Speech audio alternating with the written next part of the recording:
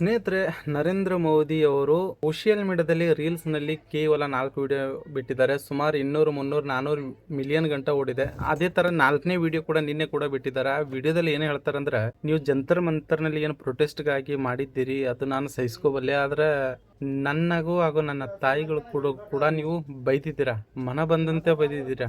ನಾನು ಕಂಡಿದ್ದೇನೆ ವಿಡಿಯೋಗಳು. ದೇಶದಲ್ಲಿ ಬರೋ ಯಾವುದೇ ಸಮಸ್ಯೆಗಳು ಬಂದಾಗ ಹೋರಾಟಗಳು ನಡೆಯುತ್ತೆ. ಆ ಹೋರಾಟಗಳು ನನ್ನ ದೇಶದಲ್ಲಿ ಅಷ್ಟೇ ಅಲ್ಲ, ಬೇರೆ ಬೇರೆ ದೇಶಗಳಲ್ಲೂ ಕೂಡ ಹೋರಾಟ ಮಾಡ್ತಾರೆ. ಅದೇ ತರ ನಮ್ಮ ದೇಶದಲ್ಲಿ ಹೋರಾಟ ಮಾಡಕ್ ಸ್ಟಾರ್ಟ್ ಮಾಡಿದ್ರು. ಯಾವುದೇ ವ್ಯಕ್ತಿ ತನಗ್ ಬೈದ್ರು ಸಹಿಸ್ಕೋತಾನ, ಅದರ ತಾಯಿಗೆ ಏನಾದ್ರು ಬೈದ್ರು ಸಹಿಸ್ಕೊಳ್ಳಲ್ಲ. ಆದ್ರೂ ಕೂಡ ಇಂಥ ಸಮಯದಲ್ಲೂ ಕೂಡ ನಾನು ಸಹಿಸ್ಕೊಳ್ತೀನಿ. ನೀವೆಲ್ಲ ಏನ ಕಲಿಯೋ ಮಕ್ಕಳು ಅಥವಾ ತಿಳಿಯೋ ಮಕ್ಕಳು ಇದನ್ನ ತಪ್ಪು ಮಾಡಿದ್ರು ಕೂಡ ನಾನು ಇಲ್ಲಿ ಕ್ಷಮೆ ಯಾಚಿಸಲ್ಲ. ನಿಮ್ಮ ಕ್ಷಮೆಯನ್ನ ನಾನು ಇದು ಮಾಡ್ಬಿಡ್ತೀನಿ, ಕ್ಷಮಿಸ್ಬಿಡ್ತೀನಿ. ಮತ್ತೆ ತಪ್ಪುಗಳು ಮಾಡಕ್ ಹೋಗ್ಬೇಡಿ.